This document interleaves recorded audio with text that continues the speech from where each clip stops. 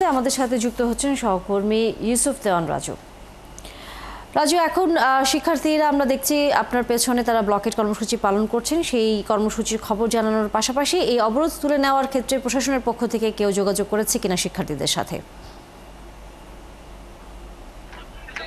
হ্যাঁ তানিয়া, আপনি যেমনটা জানেন যে সিরাজগঞ্জে বিশ্বকবি রবীন্দ্রনাথ ঠাকুরের নামে সাজাদপুরে কিন্তু রবীন্দ্র ইউনিভার্সিটি প্রতিষ্ঠিত হয়েছে। আজ থেকে প্রায় 9 বছর আগেই রবীন্দ্র ইউনিভার্সিটি প্রতিষ্ঠা হওয়ার পর থেকে কিন্তু তাদের কোনো নিজস্ব কোনো ক্যাম্পাস নাই। ফলে কিন্তু যারা শিক্ষার্থী রয়েছেন তারা কিন্তু আন্দোলনে নেমেছে স্থায়ী ক্যাম্পাসের দাবিতে।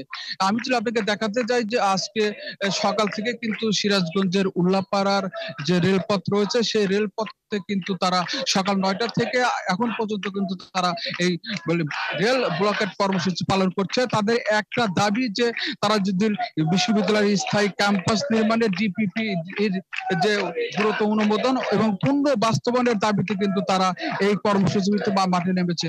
তারা এমনটা জানিয়েছেন যে এই কর্মসূচি যদি দ্রুত তাদের যদি ডিপিপি দ্রুত বাস্তবায়ন না হয় তাহলে কিন্তু তারা আরো বৃহত্তর কর্মসূচি দিবে এবং সিরাজগঞ্জ টু ঢাকা মার্চ করারও সিদ্ধান্ত নিয়েছে। আমি আন্দোলনরত শিক্ষার্থী যারা রয়েছেন তাদের কাছে আমি জানতে চাবো যে তাদের পরবর্তী কর্মসূচি কি করবেন। তো তাদের পরবর্তী কর্মসূচি কি? আপনারা যে আজকে রেলপথে নেমেছেন এখন পর্যন্ত কোনো আশ্বাস পেয়েছেন কিনা, বা আশ্বাস না পেলে আপনারা আগামী দিনে কি কর্মসূচি নেবেন? আমরা আপাতত কোনো আশ্বাস বা কোনো কিছু পাই নাই। যারা উপদেষ্টা তারা উপর মহলে বসে আছে তারা ভাবে যে আমরা কিছুই না, আমরা বাংলাদেশের কেউ না, আমাদের বিশ্ববিদ্যালয় বাংলাদেশের মধ্যে পড়ে না, তার জন্য তারা কোনো খেয়াল রাখে না, কোনো খোঁজ খবর রাখে না। কিন্তু আমাদের দাবি এখনো আছে, এখনো থাকবে। আমাদের এক দফা এক দাবি যদি তারা মেনে না নেয়, যদি এখনো তাদের কানে এই দাবি না পৌঁছায়, এই জনদুর্ভোগ যদি এখনো না পৌঁছায়, আমরা এর থেকেও আরো বড় জনদুর্ভোগ সৃষ্টি করব এবং এর জন্য দায়ী থাকবে একমাত্র উপদেষ্টা মন্ডলী এবং সরকার।